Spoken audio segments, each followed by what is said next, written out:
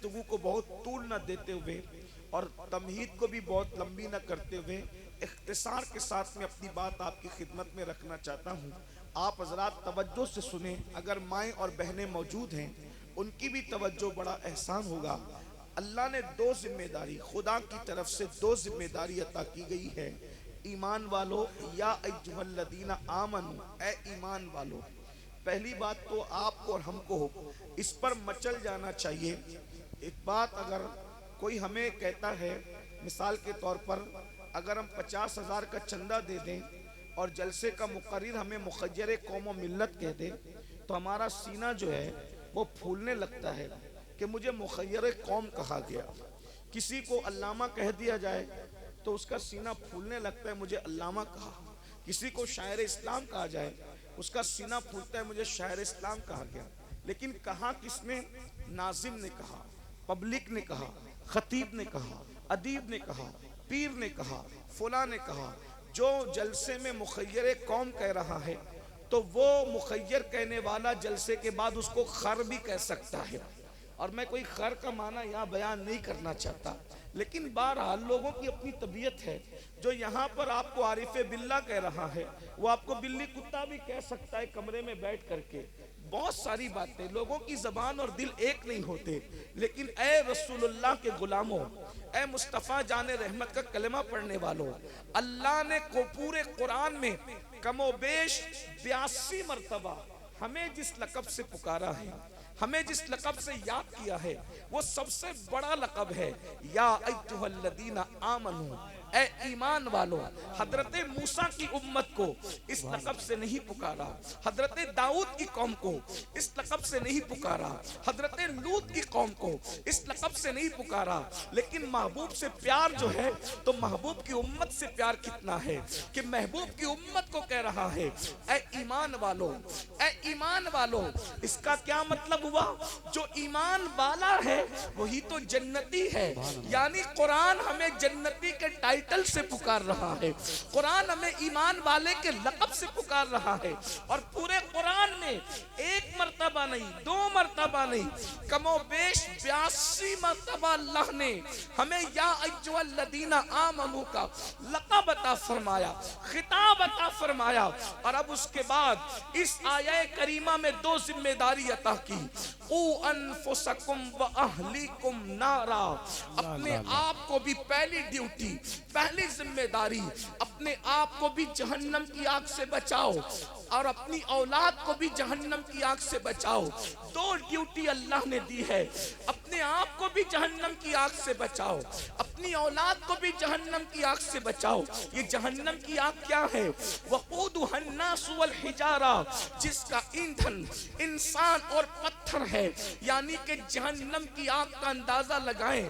अगर आसमान से जमीन पर पत्थर छोड़ा जाए, आसमान से जमीन पर पत्थर छोड़ा जाए, तो माहिरीन कहते हैं 24 घंटे के अंदर अंदर आसमान से फेंका हुआ पत्थर जमीन पर आ सकता है। मगर अल्लाह अकबर, अगर कोई पत्थर जहन्नम के अंदर डाला जाए तो 70 साल तक के वो पत्थर गिरता रहेगा, गिरता रहेगा, मगर जहन्नम की तह तक नहीं पहुंच सकता। बताओ कितनी गहरी होगी जहन्नम, जहन्नम की गहराई का आलम क्या होगा।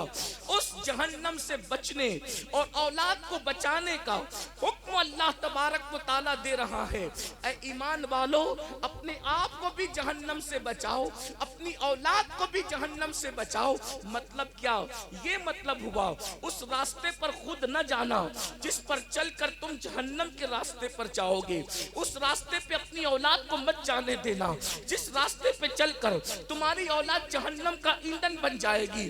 जिसको मालूम है उसको मालूम है, जिसको नहीं मालूम है वो मेरे नौजवान एक नजर में सिर्फ जहन्नम का तारुफ सुन ले। जहन्नम क्या है? अल्लाह अकबर। आज जब जहन्नम का जिक्र होता है तो लोग मुस्कुराते हैं, लोग हंसते हैं। लेकिन एक बात शायद आपको पता नहीं जहन्नम क्या है। अल्लाह अकबर, ये माँ का जलाया हुआ चूल्हा नहीं है जिसे जहन्नम कहते हैं। ये खुदा की दहकाई हुई आग है, और वो भी एक दो दिन में नहीं। अल्लाह अकबर, जो कुन कह के कायनात पैदा करता है उसने 3000 साल तक जहन्नम को दहकाया है। जो सिर्फ कुन कह के कायनात पैदा कर दे।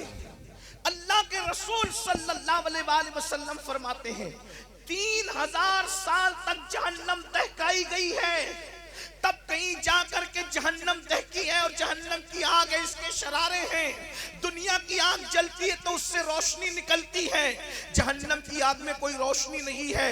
बल्कि आइए एक बात आपके सामने पेश करूं, ये जो दुनिया की आग है, ये दुनिया की आग कैसे बनी है? जब हजरत आदम को खाना बनाना हुआ तो आदम अलैहिस्सलाम ने कहा मुझे खाना बनाने के लिए आग चाहिए। तो उस वक्त तो अल्लाह ने जिब्रील अलैहिस्सलाम को हुक्म दिया कि जाइए और जा करके जहन्नम की आग निकालिए और निकाल कर उसको 70 मर्तबा रहमत के पानी से धुलिए।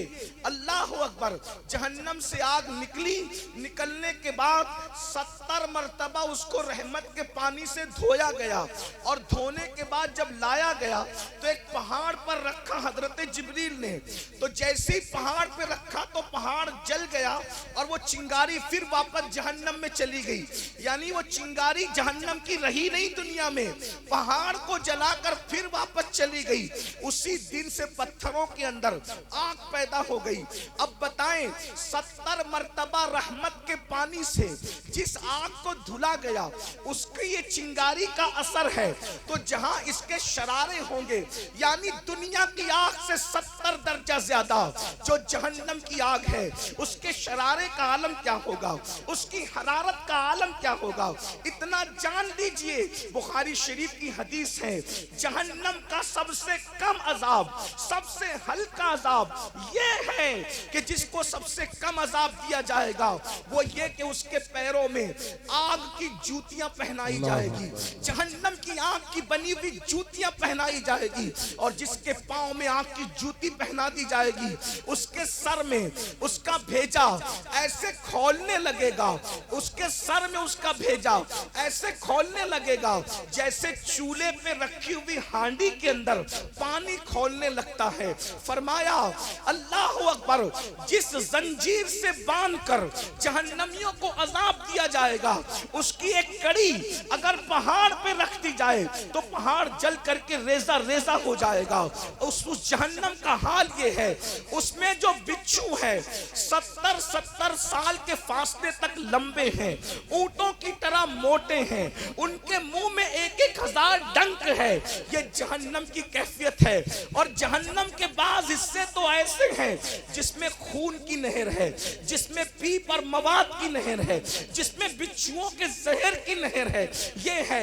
और जहन्नमियों को जो पानी पिलाया जाएगा उसको आबे हमीम कहा जाता है।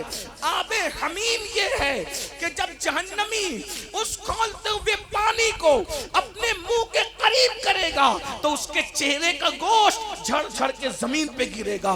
ये जहन्नम का एक हल्का सा इशारा बताया। उसी जहन्नम से बचने का और अपनी औलाद को बचाने का अल्लाह ने हुक्म दिया, क़ू अनफुसकुम व अहलीकुम नारा, अपने आप को भी जहन्नम से बचाओ, अपनी औलाद को भी जहन्नम से बचाओ। अब कैसे बचाओगे?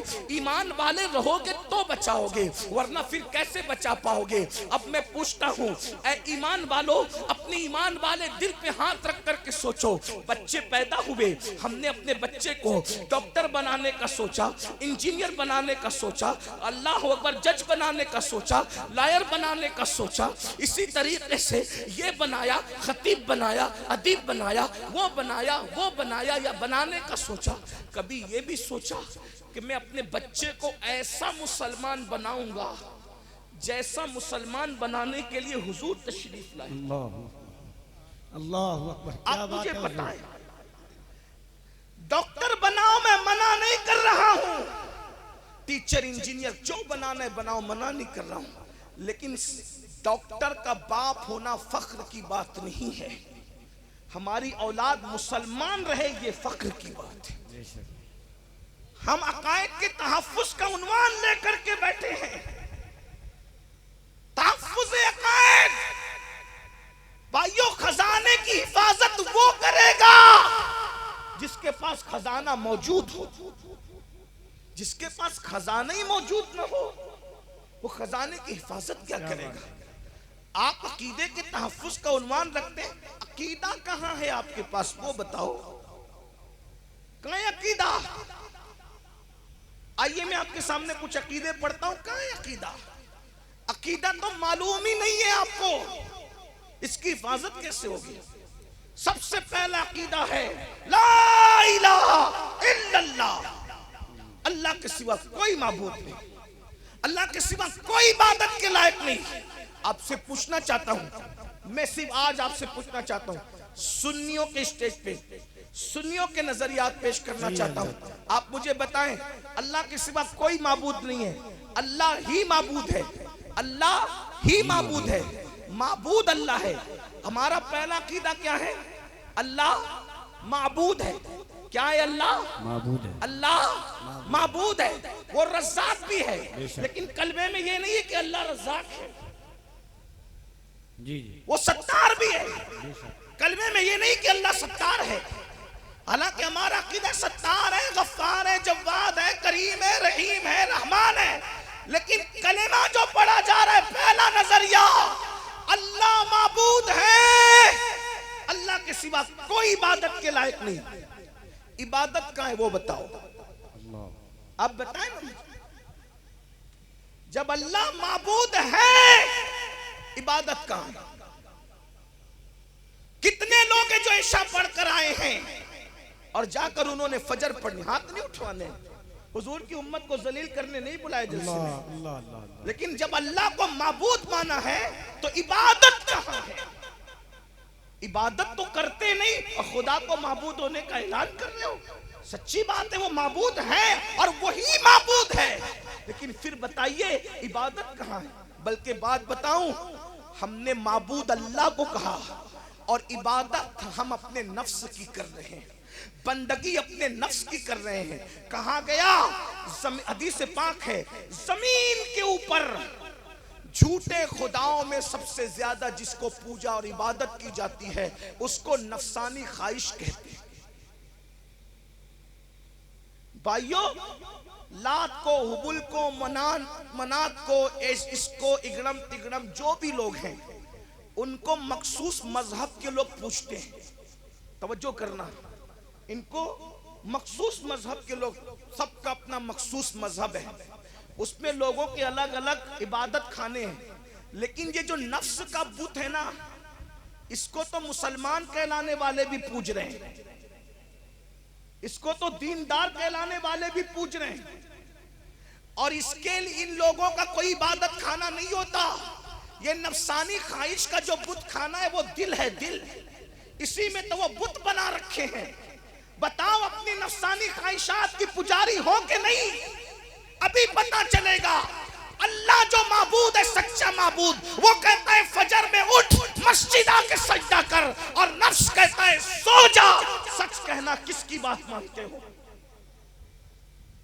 अगर मस्जिद में आते हो तो तुमने अल्लाह की बात मानी, और अगर नहीं आते तो तुमने नफ्स की बात मानी। पुजारी किसके हुए?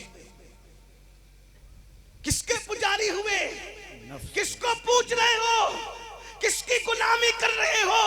किसकी बंदगी कर रहे हो? जहां बाप नफ्स का बंदा बन जाए, उसका बेटा अल्लाह का बंदा कैसे बन सकता है? मेरे आका सल्लल्लाहु अलैहि वसल्लम के दीवानों, यकीनन अकीदे का तहफ़्फ़ुज़ होना चाहिए। मैं आगे बात करना चाहता हूँ। आज बड़ी माजरत के साथ अगर हमसे कोई पूछे ना, तुम्हारा क्या हाल है, क्या कहते? पीर का करम है। मुझे कोई इस पर एतराज नहीं, बिल्कुल करम होना चाहिए, लेकिन पीर का करम कहना सुन्नत नहीं है, अल्हम्दुलिल्लाह कहना सुन्नत है। सुभान अल्लाह, क्या बात है हज़रत, वाह वाह वाह वाह। सुन्नियों, अकीदे तौहीद पर पहरा जितना तुम्हारे बुजुर्गों ने दिया है, उतना कौन जाने मेरे भाई। ये 1857 के बाद की जो पैदावार है, इनको क्या पता तौहीद किसे कहते हैं। इसलिए कि जिन लोगों ने अंग्रेजों की मेट से मजहब लिया, उनको क्या पता तौहीद किसे कहते हैं। लेकिन मैं पूछना चाहता हूँ, अकीदे की तहफ़्फ़ुज़ की पहली कड़ी तौहीद है। अल्लाह अकबर। आज पूछा जाता है, अल्हम्दुलिल्लाह तुम्हारी जबानों से नहीं निकलता।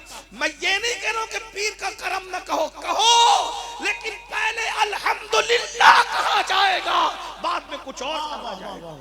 नारे सीखो। तकबीर, नारे भी आपसे कह दूं, एक बात भी आपसे कह, हम पीरों के मानने वाले, बुजुर्गों के मानने वाले, लेकिन हमारा अकीदा ये है अगर अल्लाह ना चाहे तो फिर किसी का करम हम पर हो नहीं सकता। बेशक बेशक, वाह वाह वाह वाह। अगर अल्लाह का करम है तो सबका करम है, और अगर अल्लाह का करम उठ जाए तो फिर कोई करम नहीं कर सकता। इसलिए अपने अल्लाह से अपने रिश्ते को मजबूत करो। आज हालत ये हो गई, रोजी नहीं है तो मौलाना के पास आ रहे हैं, रोजी नहीं है, ऐसा पत्थर दो जो मेरी रोजी में बरकत दे दे। इकबाल ने इसी दिन के लिए तो कहा था, बुतों से तुझको उम्मीद है, खुदा से नामीदी। बुतों से तुझको उम्मीद है, खुदा से नामीदी। मुझे बता तो सही और काफरी क्या है, मुझे बता तो सही। उन पत्थरों से निकले जिसे लातो हुबुल कहते थे, और अब अंगूठियों के पत्थर में फंस गए। हमारा अकीदा है सुन्नियों का, कोई पत्थर किस्मत नहीं बदल सकता। इसलिए कि अरे जो मेरी अंगूठी में गुलाम बनकर मेरी उंगली में फंस जाए, वो मेरा मुकद्दर कैसे बदल सकता है? तकदीर सिर्फ अल्लाह बदल सकता है, या अल्लाह का कोई महबूब बदल सकता है। निगाहे वली में वो तासीर देखी, बदलती हजारों की तकदीर। नारे तकबीर। बैठ के सुन लो, उन्वान बड़ा संजीदा दिया है, बैठ जाइए आप, इसलिए बैठ के सुन ले, बैठ के सुने आप लोग, बैठ के सुन ले भाई, बैठ के सुन। सुभान अल्लाह। बैठ जाइए आप लोग, भाईजान बैठ जाए, आने की कोशिश ना करें आप लोग, बराए जो जाए। बहुत संजीदा उन्वान है, आप इस तरह आएंगे तो और कुछ लोग ये सोचते हैं कि देखो ये कितना घमंडी है कि नजराना भी नहीं ले रहा है। वो तो मेरा, मैं घमंड की वजह से नहीं ऐसा कर रहा हूँ, मैं सिर्फ ये चाहता हूँ, सबसे बड़ा आपका नजराना हमें ये है कि आप अल्लाह रसूल का जिक्र सुभान अल्लाह और सुधर जाए।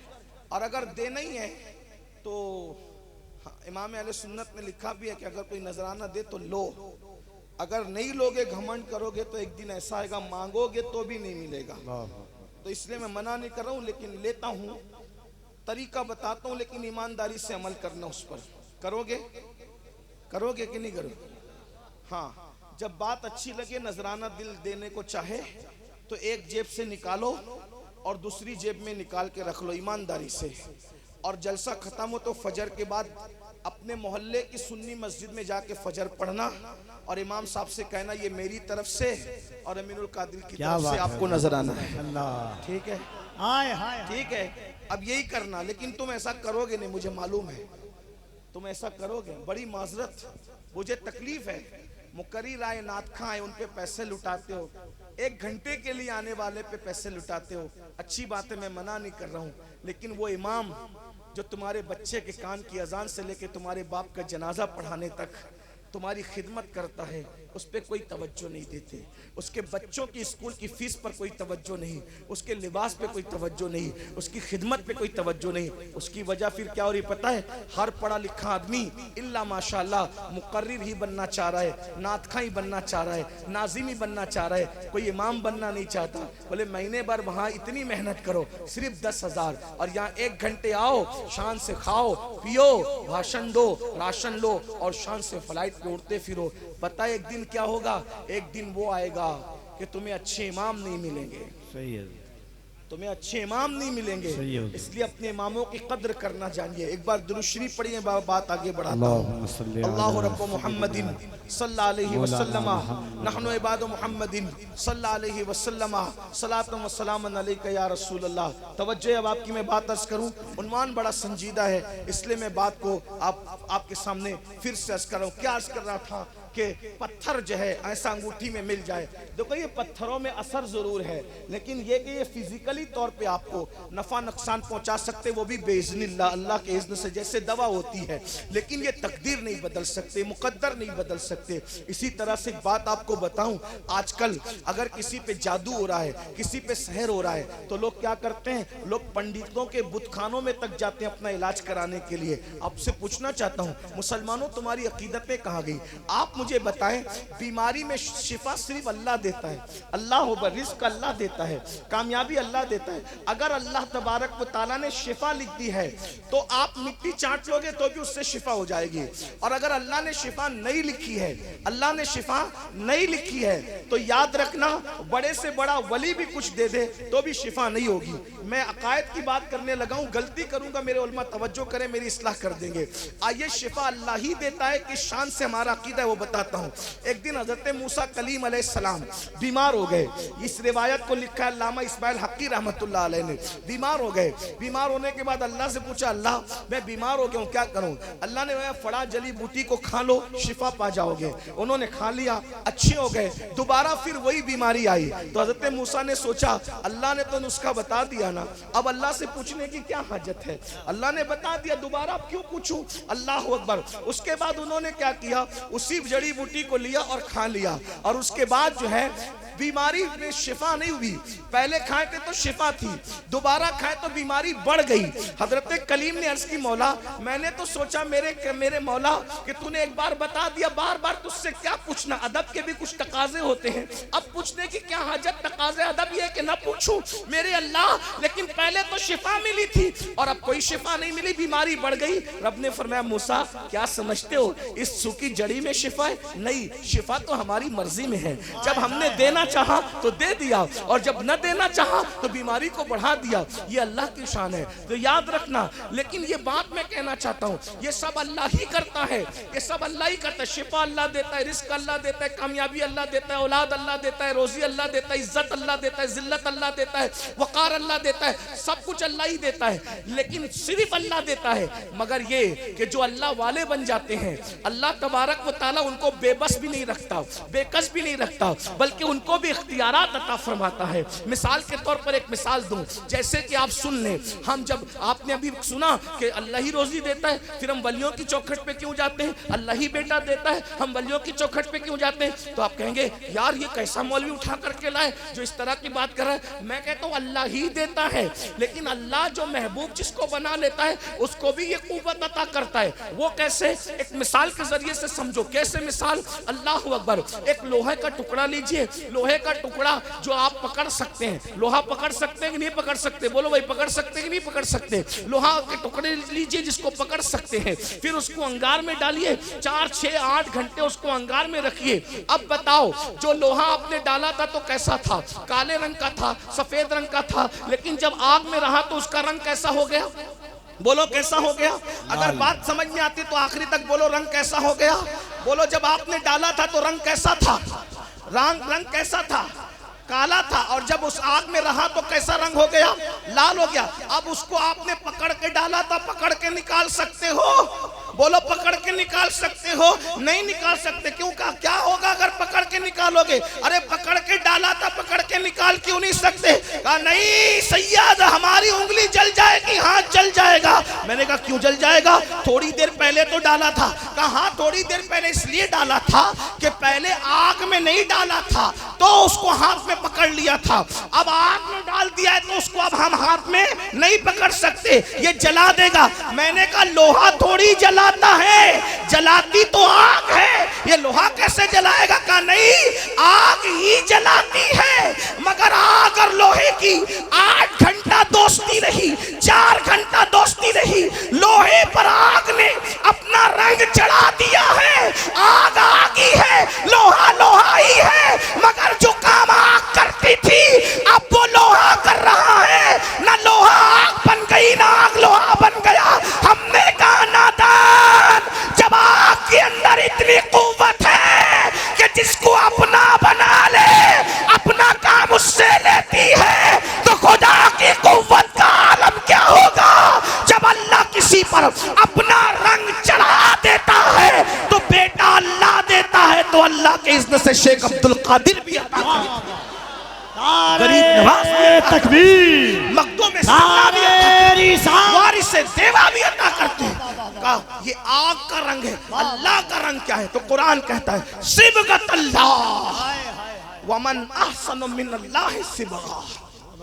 अल्लाह के रंग में रंग जाओ, सबसे बेहतर रंग अल्लाह का रंग है।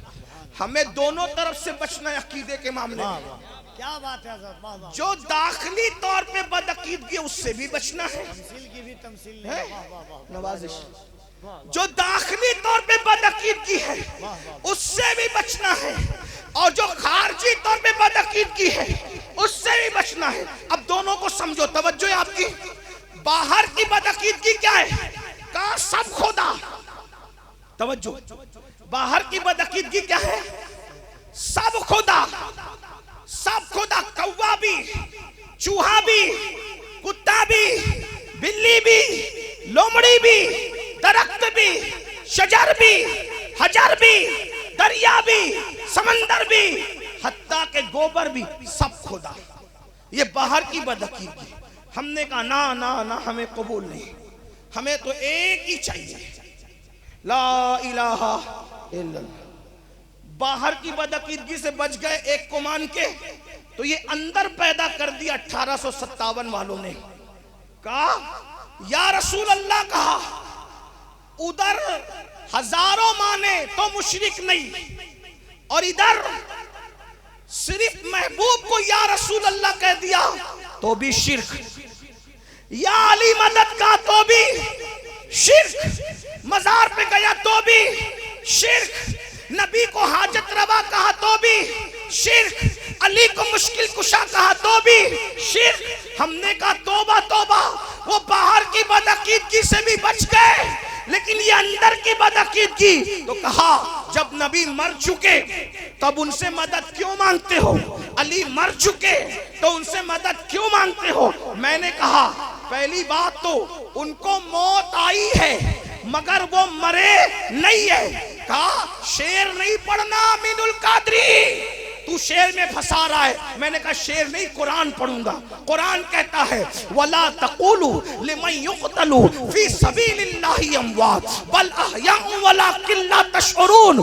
जो अल्लाह की राह में मारे जाएं उन्हें मुर्दा मत कहना, तुम्हें शऊर नहीं है। तो जो अल्लाह की राह में मर जाए, जब उसको मुर्दा कहने की इजाजत नहीं है, तो जो खुद सिरातुल्लाह बन करके आया हो उसको मुर्दा कहने की इजाजत कैसे हो? वाह वाह वाह वाह। हुजूर तो खुद सिरातुल्लाह है, क्योंकि जब पूछा गया एहदना सिरातल मुस्तकीम का मतलब क्या है, यानी सिराते मुस्तकीम क्या है, तो इब्ने अब्बास कहते हैं हुआ मुहम्मदुर रसूलुल्लाह, अल्लाह का रास्ता मुहम्मदुर रसूलुल्लाह के साथ।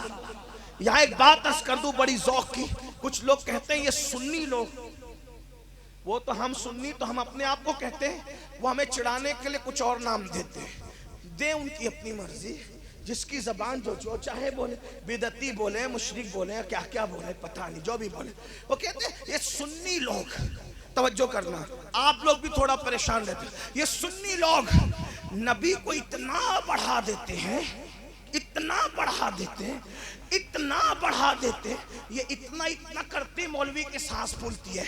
लेकिन मैं उतना नहीं कह रहा हूँ, तवज्जो करे, अकीदे के तहफ़्फ़ुज़ की बात। कितना बड़ा का अल्लाह से भी बढ़ा देते। पहले इसमें माज़अल्लाह कह दो, यानी अल्लाह की पनाह, फिर बात आगे बढ़ा। क्या कहते हैं? अल्लाह से भी बढ़ा देते। मैंने कहा वो तेरा अकीदा है जिसमें कोई अल्लाह से बढ़ सकता है। तवज्जो आप, ऐसे खामोशी से अल्लाह की शान नहीं सुनना। अगर कुछ समझ में आ रहा है तो अल्लाह का जिक्र सुभान अल्लाह के तौर पे करना। हाँ, ये क्या बात है भाई? हम तो गुजरात और राजस्थान में और एमपी में लोगों पे धौंस जमाते हैं कि हम यूपी में बोलते तो लोग चुप नहीं रहते। लोग इंटरनेट पे देखते, लोग भी तो कहेंगे कि ये कुछ वैसे एमपी के कुछ हमारे अहबाब हमारे साथ है। कहा कि जब ये पढ़ते हैं माशेर तो कहते हैं कि यूपी वाले तो चुप नहीं रहते, क्योंकि वो समझते यहाँ तो बड़ा सन्नाटा है। क्या यूपी के मुहाजिरीन, यहाँ यूपी में मुहाजिरीन रहते हैं क्या? कहाँ गया आपका इल्म?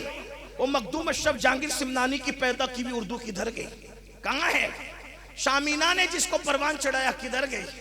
अमीर खुसरो ने जिसको झूला झुलाया किधर गई? कहाँ है? अरे जिसकी जुल्फे सवारी है बंदा नवाज के सुदराज में, अल्लाह अल्लाह अल्लाह, वो कहाँ गए तुम्हारे जज्बात? लेकिन सुनो, तुम बोलो ना बोलो, लेकिन मैं बोलता रहूंगा। और याद रखना, बात समझ में आए तो आप बोलना। पीछे वाले थोड़ा कुर्सी पे बैठे, कुर्सी पे बैठने पे आदमी थोड़ा भारी हो जाता है, ठीक, कोई बात नहीं, लेकिन अल्लाह की बात है तो देखते हैं कौन बोलता है। समझ में आए तो ही बोलना, मैं समझूंगा कि बात समझ में आ रही। नहीं बोलोगे तो मैं समझूंगा मुझे बैठ जाना है, मियां साहब को माइक देना है। तवज्जो है आपकी।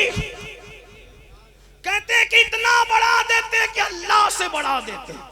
मैंने कहा तेरे अकीदे में अल्लाह वो होगा जिसकी कोई हद है, मेरा अल्लाह वो है जिसकी कोई हद, जब उसकी हद ही नहीं है, जब उसकी, बोले भाई उसकी हद ही नहीं है, तो अल्लाह से बढ़ाने का कोई सवाल पैदा होता है? फिर क्या मतलब है? तो अब आप सुनिए, अब सुनिए भाइयों, तवज्जो फरमाएं। मैं अकीदे तौहीद बयान कर रहा हूं, तहफ़्फ़ुज़ अक़ायद का उन्वान है। आप उन्वान संजीदा देते हैं लेकिन आप संजीदा नहीं रहते, कोई बात नहीं, लेकिन सुने आप क्या बात कर रहा था, तौहीद। तो मैं लोगों को जवाब देता हूं कि तुमको रसूलुल्लाह की शान सुनकर अल्लाह रब्बुल इज्जत छोटा लगता है माज़अल्लाह मोहम्मदुर रसूलुल्लाह से? तो ये उस वक्त होता है जब तुम रसूलुल्लाह की शान सुन्नियों से सुनते हो और अल्लाह की शान बदअकीदों से सुनते हो, तो तुमको ऐसा लगता है कि हमने बढ़ा दिया। लेकिन जब अल्लाह की शान भी हमसे ही सुनो और रसूलुल्लाह की शान भी हमसे ही सुनो, तो तब तुम्हें पता चलेगा कि अल्लाह क्या है। अब बताऊं अल्लाह क्या है? मुसलमान जवानों की तवज्जो, अल्लाह से तुम बहुत दूर हो गए हो। हाँ, तावीज के चक्कर में पड़ गए, सिर्फ तावीज ही किस्मत बदलेगा। याद रखना, तावीज कोई किस्मत नहीं बदलता जब तक अल्लाह ना चाहे। बीमार को दवा कभी शिफा नहीं देती जब तक अल्लाह ना चाहे। ये भी नहीं कह सकते कि इस हॉस्पिटल की बजाय उस हॉस्पिटल में जाते तो बंदा बच जाता। अरे सारे हॉस्पिटल तेरे घर आते और अल्लाह ना चाहता तो भी कोई बचा नहीं पाता। ये बात आपको याद रखना चाहिए। अल्लाह अकबर, अल्लाह पर तवक्कुल मजबूत करो, भरोसा मजबूत करो। अब सुनो, अल्लाह की शान और रसूलुल्लाह की शान तहफ़्फ़ुज़ अक़ायद है। पहले मैं आपके सामने अब तौहीद बयान करने लगा हूं, सुनिए। लोग कहते इतना बढ़ा देते नबी को कि अल्लाह से बढ़ा देते। हमसे सुन तौहीद। 1857 के अंग्रेज की मेज से लेने वाले, इस्लाम मजहब लेने वाले, सुन हमसे तौहीद। तौहीद किसे कहते हैं? तो सुन तौहीद किसे कहते हैं? आमिना का लाल मोहम्मदुर रसूलुल्लाह सल्लल्लाहु अलैहि वसल्लम के बारे में। अल्लाह अकबर। अब जरा गौर से सुनना, जरा गौर से सुनना। अल्लाह अकबर।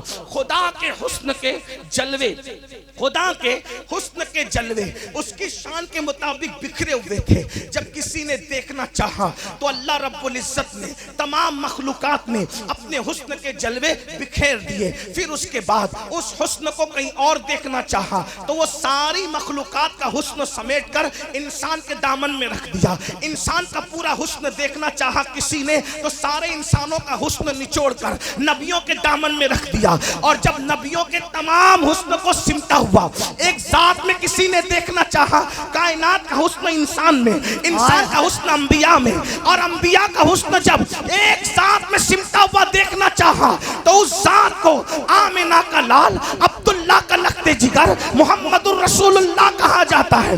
अंदाजा फरमाए, वो फरमाते हैं अल्लाह ने मेरे हुस्न का एक हिस्सा, अल्लाह ने मेरे हुस्न का एक हिस्सा, अल्लाह ने मेरे हुस्न का एक हिस्सा मेरे भाई यूसुफ को अता किया था। जब एक हिस्से का ये आलम है कि देख के उंगलियां काट दी जाती है तो उसमें सरापा का आलम क्या होगा, उसमें सरापा का आलम क्या होगा। शाह वलीउल्लाह मुहद्दिस दहलवी लिखते हैं कि मेरे अब्बा अब्दुल रहीम मुहद्दिस दहलवी ने रसूलुल्लाह से कहा कि या रसूल अल्लाह, यूसुफ को देखते थे तो लोगों की उंगलियां कट जाती थी, आपको देखते हैं तो लोग ऐसा नहीं करते, वजह क्या है?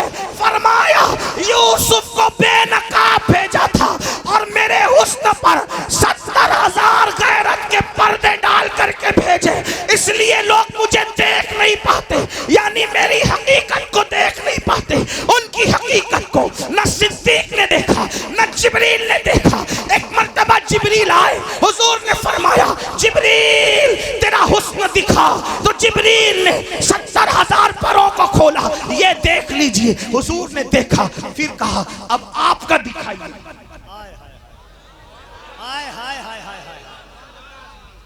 जिब्रील के 70,000 खुले हुए पर देख लिया। और फिर जिब्रील ने, अब आप अपना आप दिखाइए। कहा तू नहीं देख सकता।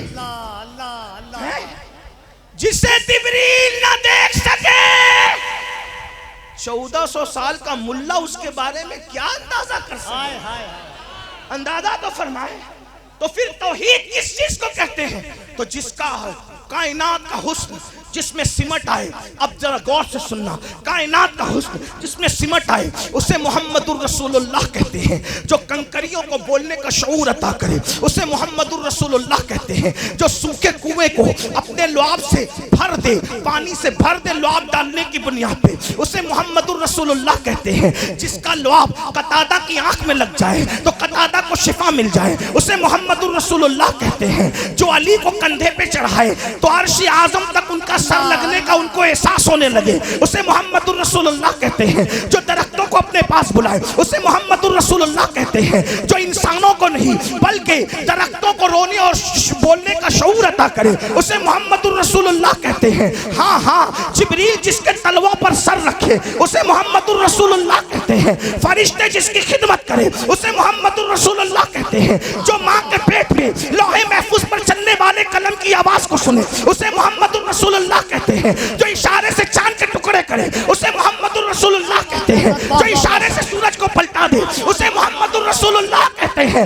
जो अपनी उंगलियों से पानी के चश्मे जारी करे उसे मोहम्मदुर रसूलुल्लाह कहते हैं। जो किसी का हबशी के चेहरे पे हाथ फेर के उसका चेहरा 14वीं रात के चांद की तरह चमका दे उसे मोहम्मदुर रसूलुल्लाह कहते हैं।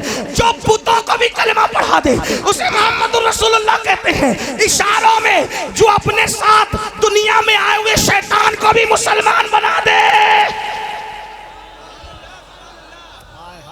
इंसान जब पैदा होता है तो उसके साथ शैतान आता है। हुजूर जब दुनिया में आए तो हुजूर के साथ भी एक शैतान था। आका फरमाते मेरा शैतान यानी जो मेरे साथ आया था दुनिया में वो मुसलमान हो गया। तवज्जो है, हदीस है ये, हदीस सही है। हर इंसान के साथ शैतान आता है। जब रसूलुल्लाह के साथ शैतान रहा फरमाया वो भी मुसलमान हो गया। जो शैतान को भी कलमा पढ़ा दे, जो बुतों को भी कलमा पढ़ा दे। हाँ, शैतान से मुराद यहाँ उलमा जानते हैं कि क्या है। हर इंसान के साथ जो आता है जिसे हमजाद और अलग अलग नाम से लोग जानते हैं, उलमा जान रहे इसको। अल्लाह अकबर फरमाया वो मुसलमान हो गया। अंदाजा फरमाए कंकर को कलमा पढ़ा दे मुसलमान, वो मोहम्मदुर रसूलुल्लाह है। चांद के टुकड़े कर दे मोहम्मदुर रसूलुल्लाह है। अपने हुस्न से अल्लाह अकबर, तवज्जो करें, अपने हुस्न से लोग हुजूर के आने तक कहते थे हुस्न वाले जफाकार होते हैं, हुस्न वाले बेवफा होते हैं, हुस्न वाले फित्तीन होते हैं, हुस्न वाले जो है वो सही नहीं होते। क्यों? इसलिए कि दुनिया ने देखा था हुस्न क्या है। पहली लड़ाई भाई और भाई में हुस्न की वजह से हुई। पहला कत्ल भाई भाई में हुस्न की वजह से हुआ। पहला बेटा बाप का नाफरमान हुस्न की वजह से हुआ। पहला इंसान मुशरिक हुस्न की वजह से हुआ। पहला इंसान काफिर हुस्न की वजह से हुआ। पहली जंग हुस्न की वजह से हुई। तब से लोगों ने हुस्न पर एतबार न किया। हुस्न वो है। अल्लाह अकबर। अब आगे वहां छोड़ दीजिए अल्लाह तक, अकलीमा के हुस्न को छोड़कर अब आगे बढ़िए। हुस्न आता है भाई हसद करते हैं, हुस्न आता है भाई मार पीट करते हैं, हुस्न आता है कुएं में डाल देते हैं, हुस्न आता है बाजार में बेच देते हैं। हुस्न ये है।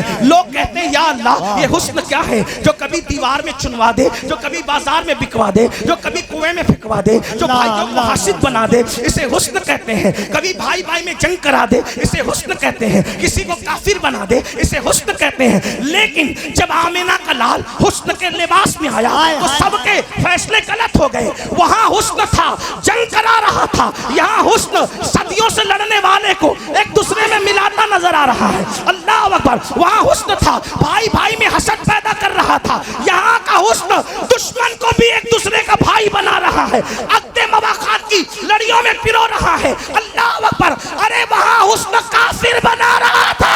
ये कैसा हुस्न है जिसने बुत का पत्थरों के बुत की जबानों से भी कलमा तैयबा को जारी करवा दिया। ला तो हुबुल के पुजारियों से मुहम्मदुर रसूलुल्लाह सदा गुनगुना दी अल्लाह अकबर। ये वो है जिसे मोहम्मदुर रसूलुल्लाह कहते हैं। चले तो फरिश्ते हैरत से तके, बोले तो तकल्लुम हैरत से तके, बैठे हुस्न हैरत से तके, कंकरियां फेंक दे तो कुरान पुकार उठे, वमा रमैता इद रमैता वलाकिन्नल्लाह रमा। हुस्न ऐसा है कि सहाबा का दिल चाहे कि हम इनको सजदा करें। हुजूर ने कहा नहीं कर सकते मुझे सजदा, हाथ चूम सकते हो, पैर चूम सकते हो, सजदा नहीं कर सकते। अब लोगों ने उनको देखा, ये सूरज पलटाते हैं, ये पत्थरों को कलमा पढ़ाते हैं, ये उंगलियों से पानी के चश्मे जारी करते हैं, ये बुतों को भी कलमा पढ़ा देते हैं, ये दुश्मनों को लड़ने वालों को मिला देते हैं, ये करते हैं, ये करते हैं, ये कर, जो कोई नहीं कर सकता वो ये करते हैं।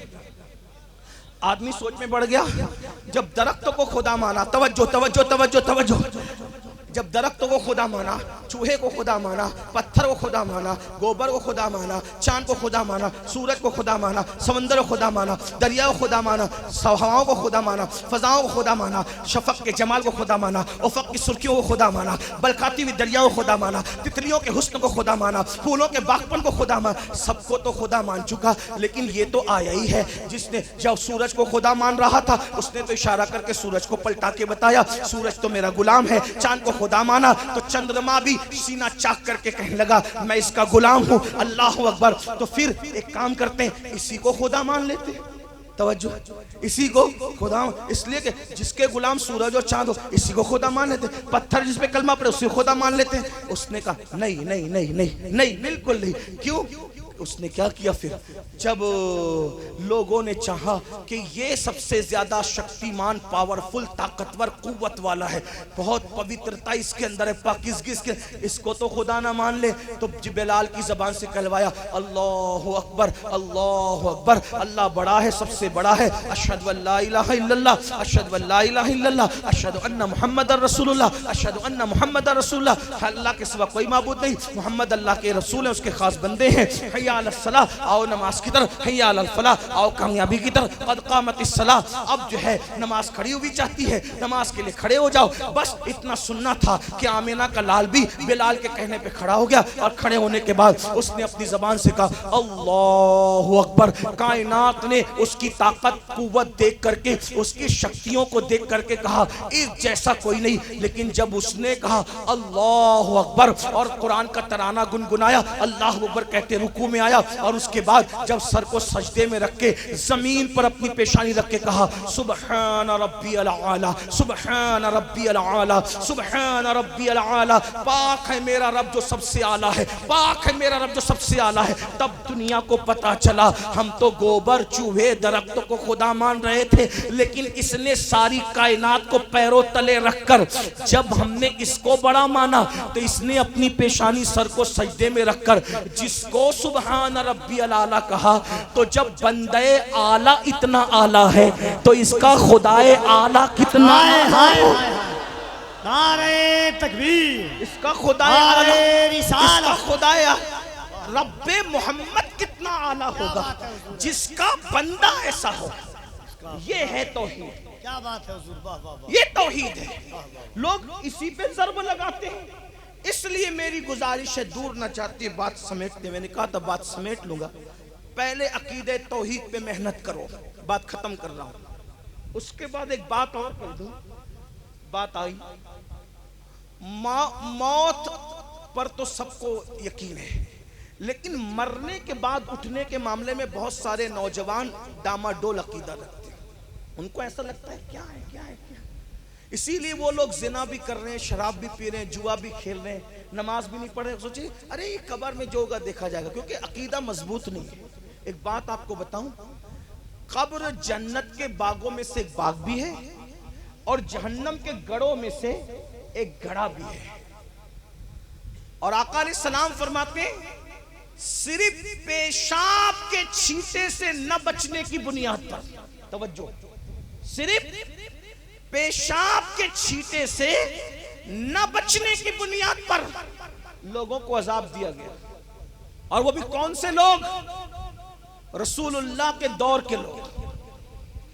कुछ कब्रों पे हुजूर अलैहि सलाम पहुंचे तो हुजूर की सवारी बिदकने लगी, मशहूर वाकया है। बिदकने लगी तो आका अलैहि सलाम ने दरख्त की टहनियां काट के डाल दिया, दो टुकड़े करके। क्या फरमाया? फरमाया कि इन पे अजाब हो रहा था, इन दोनों कब्रों पर। एक पर इसलिए अजाब हो रहा था कि वो चुगलखोरी करता था, और दूसरा पेशाब के छींटे से नहीं बचता था।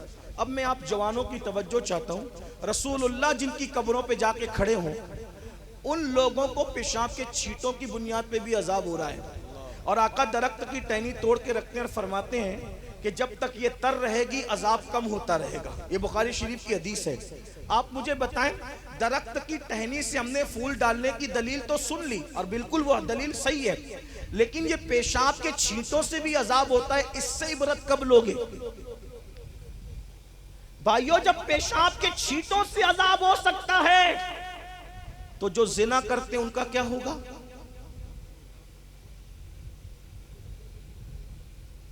जो जिना की गंदी फिल्में, नंगी तस्वीरें देखते हैं, पता है क्या है?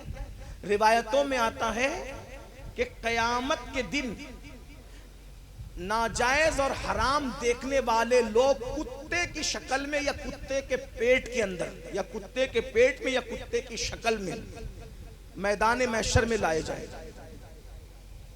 थोड़ा गौर करना इस पर। जो लोग गंदी फिल्में देखते हैं, गंदी पिक्चरें देखते हैं, ज़िना के मनाजिर देखते हैं, वो जब कयामत में आएंगे तो उनकी शक्लें कुत्ते की होगी, कुत्ते की शक्ल होगी, या वो कुत्ते के पेट में रख के लाए जाएंगे। आज मेरा जवान कर क्या रहा है? क्या कर? आखिरत से अकीदा कमजोर हो रहा है। आपको बताऊं, एंड कर रहा हूं बात को। सरकारे मौलाए कायनात की बात पर बात एंड कर रहा हूं। हमारा ईमान है कि या तो कब्र जन्नत के बागों में से बाग है, या तो जहन्नम के गढ़ों में से गढ़ है। जिसकी कब्र जन्नत का बाग बन गई तो वो सिर्फ 2 गज जमीन नहीं है, फिर उसमें नहरें भी जारी है, उसमें दरख्त भी है, उसमें बाग भी है, जन्नत का बिस्तर भी है, ऐसे मजे हैं। बल्कि जब जन्नत का बाग बन जाती है ना कब्र, तो कब्र के सामने दुनिया इतनी छोटी नजर आती है जितना हमारी दुनिया के सामने माँ का पेट छोटा नजर आता है। इसलिए कब्र की तैयारी करो। ये जो है ना, अगले कब्र में मर के मिट्टी में मिल जाएंगे तो क्या होगा, तो ये होगा, तो ऐसा होगा, तो वैसा होगा। मैं बात एंड करने चला था मौलाए कायनात की बात पर, लेकिन एक रिवायत मुझे याद आ गई। सारे मसलक के लोग इस हदीस को पढ़ते हैं, मैं भी पढ़ता हूँ, बहुत पढ़ता हूँ, और वो लोग भी पढ़ते हैं जो हमारे अकीदे पे हमला करते हैं। 1857 के बाद के लोग, वो लोग ये कहते हैं, हम भी पढ़ते हैं कि जब बेनमाजी को कब्र में रखा जाएगा, ध्यान से सुनना, बेनमाजी को कब्र में रखा जाएगा तो उसको सांप और बिच्छू डसेंगे। मैं भी बयान करता हूं, वो लोग भी करते हैं। कितना डसेंगे? फजर नहीं पड़ा तो जोहर तक, जोहर नहीं पड़ा तो असर तक, असर नहीं पड़ा तो मगरिब तक, मगरिब नहीं पड़ा तो इशा तक, इशा नहीं पड़ा तो फजर तक। और ये सिलसिला कब तक चलेगा? कब तक चलेगा? कयामत तक। ये हदीस सुनिए कि नहीं सुनी? नहीं सुनी? कोई बात नहीं, तो सुन ले। वो लोग भी पढ़ते, हम भी पढ़ते, लेकिन सुने, मैं नतीजा कुछ देना चाहता हूं। अगर कोई बेनमाजी मरा, तवज्जो है, सुन रहे ना, कोई बेनमाजी मरा, फजर नहीं पड़ा था तो जोहर तक सांप बिच्छू डसेंगे कब्र के अंदर, जोहर नहीं पड़ा था तो असर तक, असर नहीं पड़ा था तो मगरिब तक, मगरिब नहीं पड़ा था तो इशा तक, इशा नहीं पड़ा था तो फजर तक। यानी ये सिलसिला कब तक चलेगा? बोले कब तक चलेगा? मेरी जो हदीस बयान कर रहा हूं समझ में आ रही कि नहीं आ रही? ये सिलसिला कब तक चलेगा? कयामत तक।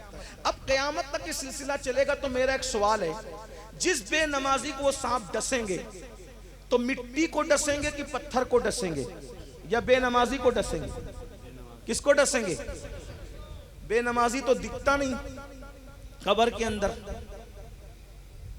फिर किसको डसेंगे? तो आप क्या कहोगे? और दिखे ना दिखे, मैं तो इतना अंधा हूं कि बगैर आईने के अपना चेहरा नहीं देख सकता, वो अल्लाह की छुपाई हुई मैयत को क्या देख सकूंगा? जिस पे अल्लाह पर्दा डालते उसको क्या? मैं तो अपना चेहरा कभी देखा बगैर आईने के? नहीं देखा ना, इतने अंधा इंसान। अब लोग कहते हैं कि कयामत तक डसेगा, हदीस है, वो भी मानते हैं, हम भी मानते हैं। तो किसको डसेगा भाइयों? ओ बेनमाजी को ही डसेगा, चाहे अल्लाह उसको छुपा दे, लेकिन डसेगा किसको? तो बेनमाजी कब्र में है कि नहीं है? बोले भाई है। और बेनमाजी को मुर्दा ही मुर्दा डसा जाएगा या जिंदा करके डसा जाएगा? बोलो भाई, जिंदा करके डसा जाएगा ना, रूह के साथ उसको डसा जाएगा। ये है कि नहीं है? अगर भाई उसको रूह के बगैर डसा गया तो जुर्म करने में रूह जिस्म दोनों बराबर शरीक रहे और अजाब के लिए सिर्फ बेचारा जिस्म, तो ये कौन सी बात हुई? तो रूह के साथ उसको डसा जाएगा ना। बात समझ में आती कि नहीं आती? इसका मतलब बेनमाजी अपनी कब्र में है। बोलो भाई, है कि नहीं है? मुर्दा है कि जिंदा है? जिंदा है। अब बताएं, जो नमाज नहीं पढ़ता वो अपनी कब्र में मौजूद है और जिंदा है अजाब बर्दाश्त करने के लिए। तो जिस गौसे आजम ने 40 साल तक इशा के वजू से फजर की नमाज पढ़ी, फिर वो अपनी कब्र में क्यों मौजूद नहीं है? फिर वो अपनी कब्र में जिंदा क्यों नहीं है? बात समझ में आती कि नहीं आती है? तो बेनमाजी तो अजाब डसने के लिए है और अल्लाह के वली सवाब की लज्जतें उठाने के लिए, अपने गुलामों की फरियाद सुनने के लिए, उनकी इमदाद करने के लिए, उनकी मदद करने के लिए। कहते नहीं नहीं नहीं, वो तो बगदाद में रहते हैं और तुम तो यूपी में रहते हो, उनको कैसे पता चला कि तुम्हारा मोहल्ला कौन सा है, घर कौन सा है, इलाका कौन सा है? मैंने कहा अभी बताता हूँ, कुरान से बताता हूँ। जब हजरत सुलेमान ने कहा ना कि तख्ते बिल्किस लाए, तो हजरत आसिफ ने क्या कहा था? मैं लाऊंगा, पलक के झपकते लाऊंगा। तो क्या ये कुरान में मिलता है या किसी तफसीर में कि हजरत आसिफ ने पूछा था कि बिल्किस के घर का मोहल्ला कौन सा है, गली का एड्रेस क्या है और पता क्या है? बोलो, पूछा था? नहीं पूछा था। आप बताएं। और फिर हजरत आसिफ वहां से हटे भी नहीं। 1 महीने की मुसाफत का फासला पलक झपकने से पहले तय करके तख्ते बिल्किस ला के दिया कि नहीं दिया? तो बताओ, जब सुलेमान अलैहिस्सलाम का गुलाम इतनी ताकत रखता है कि पलक झपकने से पहले बिल्किस का तख्त ला दे, तो मोहम्मदुर रसूलुल्लाह का बेटा इतनी ताकत नहीं रखता कि पलक के झपकते किसी की इमदाद कर दे? हैरत की बात है। तो अपने बच्चों को दीन सिखाओ, मसलक सिखाओ। और ये मसलक वही है जो अहले सुन्नत का मसलक, 1450 साल पुराना यही मसलक है जिसको सिर्फ आज पहचान के लिए मसलक आला हजरत कहा जाता है, जिसको कहा गया उन्हें जाना, उन्हें माना, न रखा गैर से काम। लिल्लाहिल हम्द। मैं दुनिया से मुसलमान। जो आखिरी बात कर रहा था कब्र के हवाले से, सुने उसको, अब बात खत्म। हजरत सईद इब्ने मुसय्यब कहते हैं कि वो मौलाए कायनात के शागिर्द थे। एक मरतबा मौला अली ने मुझसे कहा कि सईद चलो कब्रस्तान चलते हैं। हम कब्रस्तान गए मौलाए कायनात के साथ और मौलाए कायनात ने सलाम किया, अस्सलामु अलैकुम या अहलल क़ुबूर, ए कब्र वालों तुम पे सलाम हो। तो मौला अली को कब्र वालों ने जवाब भी दिया। सबको जवाब देते लेकिन उन्होंने मौला अली की बरकत से सुन लिया सईद ने। फिर मौलाए कायनात ने कहा, ए कब्र वालों, जब तुम हमसे जुदा हुए तो तुम पर क्या गुजरी जरा बताओ मुझे। मौला अली ने बातें की कब्र वालों से, क्या गुजरी तुम पे? एक कब्र से आवाज आई, अली पहले आप बताएं कि जब हम आपसे जुदा हुए तो आप लोगों पर क्या गुजरी, फिर हम अपना हाल बताते हैं। तो मौला अली ने फरमाया, मैं बताऊं, जब तुम हमसे जुदा हुए तो हम पे क्या गुजरी? जो माल तुमने कमाया था ना, वो सब तुम्हारी औलाद उस पर मौज मस्तियां और ऐश कर रही है, हिसाब तुमको देना है। तुम्हारा माल बट गया। ऐसे ही है ना भाई, सूद से पैसे कमा रहे हो, झूठ बोल के कमा रहे हो, हराम से कमा रहे हो, कत्ल करके कमा रहे हो, चोरी करके कमा रहे हो, मिलावट करके कमा रहे हो। किसके लिए? एक दिन मरोगे, 2 गज जमीन में अकेले पड़े रहोगे, बच्चे ऐश करेंगे, हौज मौज करेंगे। मौलाई कायनात ने कहा, तुम्हारे बच्चे ऐश कर रहे हैं, हौज मौज कर रहे हो, तुम कब्र में पड़े हो, तुम्हारा माल बट गया, वारिसों में बट गया। दूसरी बात, जो तुमने मकानात बनाए थे ना, मकानात, उसमें अब तुम्हारे दुश्मन आते जाते हैं, दुश्मन आबाद हो गए, तुम्हारे मकान तुम्हारे न रहे। तीसरी बात, तुम्हारी बीबियां जिनके बगैर ना तुम रहते ना तो ना वो तुम्हारे बगैर रहती थी, आज वो तुमको याद भी नहीं करती। ऐसा ही है भाई, जब औरत बेवा होती है ना, 4 महीने, 1 साल, 2 साल, बस उसके बाद कोई याद वाद नहीं करता। और शौहर तो बेचारा इतना बेवफा है कि कांदा लगाते लगाते ही सोचता है कि अब दूसरी किधर से करूंगा। हंसने की बात नहीं, बड़ी बेवफा, दुनिया से बढ़कर बेवफा कोई नहीं है। इस दुनिया ने किसी के साथ वफा नहीं किया। मेरे इमाम कहते, शहद दिखाए, जहर पिलाए, कातिल डाइन शौहर कुश, इस मुर्दार पे क्या ललचाया, दुनिया देखी भाली है। माल बट गया, मकानों में कोई और आबाद हो गया, तुम्हारी बीवियों ने तुम्हें भुला दिया। फिर मौलाए कायनात ने कहा अब तुम बताओ तुम पर क्या गुजर रही है। अब अंदर से आवाज है, एक कब्र से गमगीन रोने की आवाज, मौला आप हमसे पूछते हैं क्या गुजरी हम पे, इतना अंधेरा है कब्र में। अब सुन ले कब्र का हाल, मौलाए कायनात की बरकत से हमें सुनने को मिल रहा है, गौर से सुनना। एसी के बगैर नींद नहीं आती हमें, पंखों के बगैर नींद नहीं आती, अच्छे खानों के बगैर मजा नहीं आता, अच्छे कपड़ों के बगैर लुत्फ नहीं आता। दुनिया दुनिया दुनिया में डूबे रहने वाले मेरे भाई, नफ्स के पुजारी बने मेरे भाई, नफसानी ख्वाहिशात में डूबे हुए मेरे भाई, सुन ले अल्लाह अकबर। मौलाए कायनात से उस मुर्दे ने कहा अली जब कब्र में आए इतना अंधेरा है, एक हाथ को दूसरा हाथ सुझाई नहीं देता, और जब कब्र में रखे गए तो सबसे पहले ये हुआ कि हमारे बाल झड़ गए। बाल, आज मेरे नौजवान भाई बच्चे बालों से कितना प्यार करते, करो मना नहीं कर, अल्लाह हुस्न वाला है, हुस्न को पसंद करता है। बाल की हिफाजत करो, अच्छे क्रीम बालों पे लगाओ, अच्छे तेल लगाओ, अच्छे साबुन इस्तेमाल करो, अच्छे दिखो। अल्लाह जमीलुन युहिब्बुल जमाल। एक सहाबी ने बहुत खूबसूरत कपड़े पहने तो किसी सहाबी ने कहा हुजूर देखो उस मगरूर को, फरमाया इसको मगरूर न कहे, अच्छे कपड़े पहन के खूबसूरत बना है, अल्लाह हुस्न वाला है और हुस्न को पसंद करता है।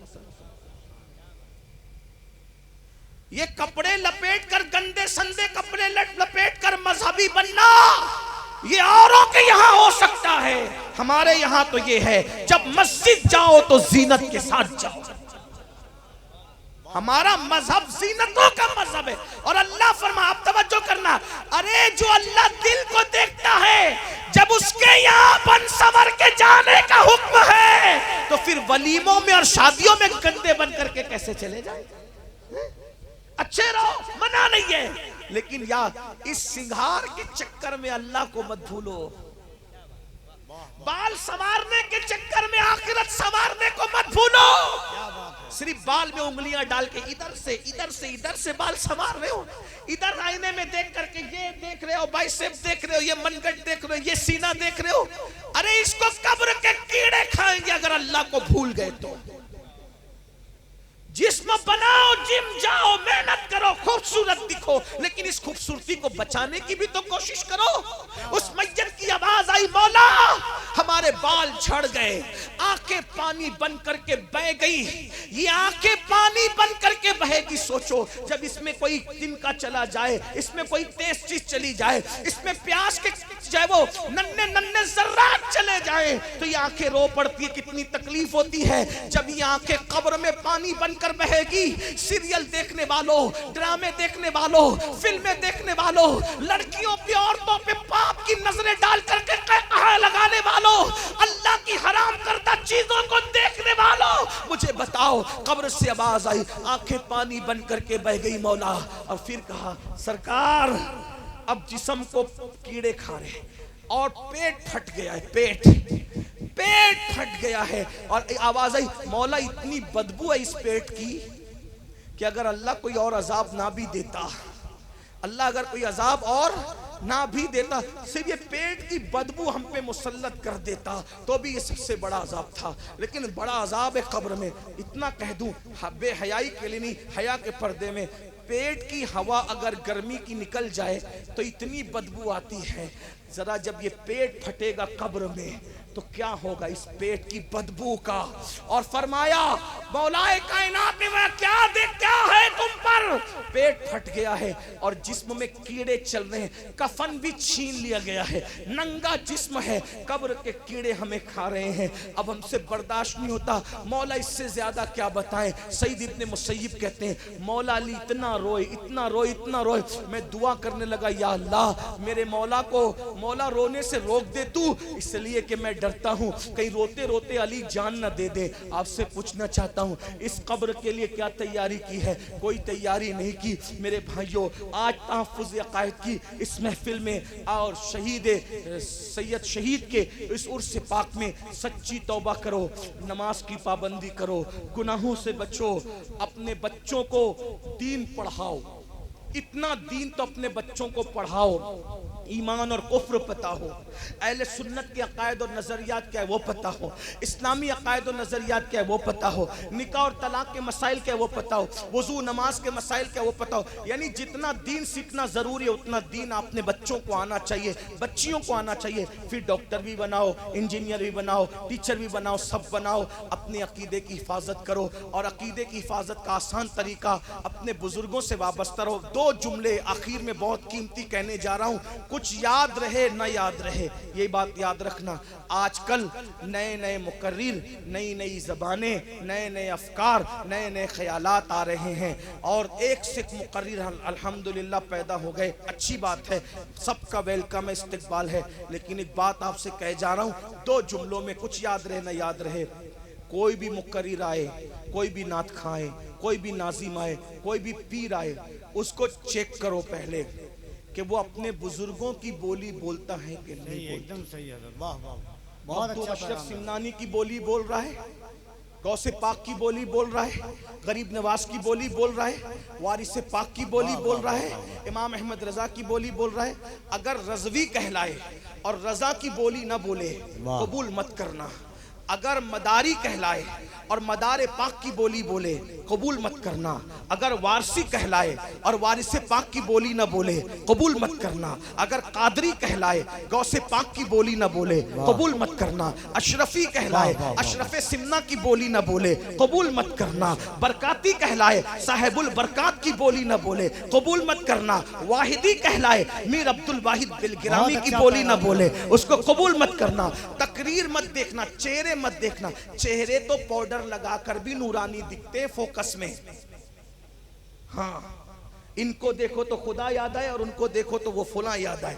ये पाउडर और क्रीम से अब फोकस में सब नूरानी दिखते हैं। इसके नूरानी होने का कोई एतबार नहीं, इसके नूरानी और ये नूरानी उसी वक्त होगा। इसका ताल्लुक किसी ब्यूटी पार्लर से नहीं है, इसका ताल्लुक तो सच्चे अकीदे से। जिसका अकीदा सच्चा होगा उसी का दिल चमकेगा। सुभान अल्लाह। है, इसीलिए हर एक को चेक करो। सिलसिले की बुनियाद पे किसी से अब प्यार न करना, नस्ब की बुनियाद पे किसी से प्यार न करना, बिरादरी की बुनियाद पे प्यार न करना। प्यार करना तो सिर्फ आमिना के लाल की वफादारी की बुनियाद पे प्यार करना है। हमारे मुर्शिद हुजूर मुहद्दिस आज़म के चौचवी ने फरमाया, फस्ल ईमान पे है, फस्ल नस्ब भी मौकूफ, अबू लहब को भी लगा हाथ न तब्बत के सिवा। तो जो मुकर्रिर हो सहाबा का गुस्ताख हो नहीं चलेगा, अहले बैत का गद्दार हो नहीं चलेगा, न सिद्दीक का गद्दार चलेगा सुन्नियों की महफिल में, न सैयदा का गद्दार चलेगा सुन्नियों की महफिल में। क्यों? इसलिए कि हमारे दो हाथ इसलिए है, एक हाथ में सैयदा और सैयदों का दामन है और एक हाथ में सिद्दीक और सहाबा का दामन। सुभान अल्लाह। तो दोनों गद्दार नहीं चलेंगे क्योंकि हमारे गद्दार की कोई इजाजत ही नहीं है। आज कितना खतरनाक दौर आ गया, लोग सहाबा को मुनाफिक कहने लगे। सोचो, जिनकी इस्तिंजा सही नहीं वो सहाबा पे बात करते हैं। और क्या दौर आ गया, नारे हैदरी लगाने वालों को लोग राफजी कहने लगे। मैं कहता हूं नारे हैदरी पर सिर्फ राफजी कहने वालों अपना शजरा चेक करके देखो, तुम कौन हो?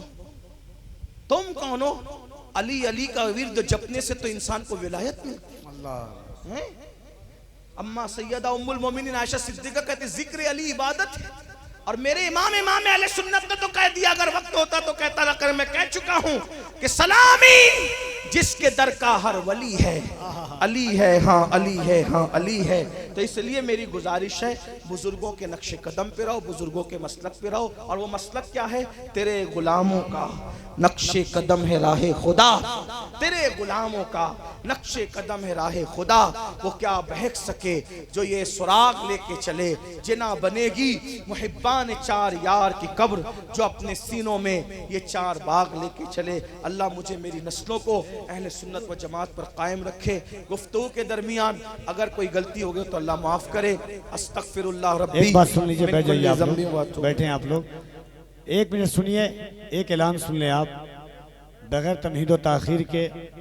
सईद भाई, हुजूर सैयदी अनस मियाँ साहब क़िबला मदज़िल्लहुल आली शहज़ादे गौसे हज़रत के दुआया के लिए बैठिए आप लोग, 5-10 मिनट हज़रत की बात सुन लें आप। शहज़ादे फ़ातिह बिलगिराम आपके सामने हैं और हुजूर की जलवागरी है।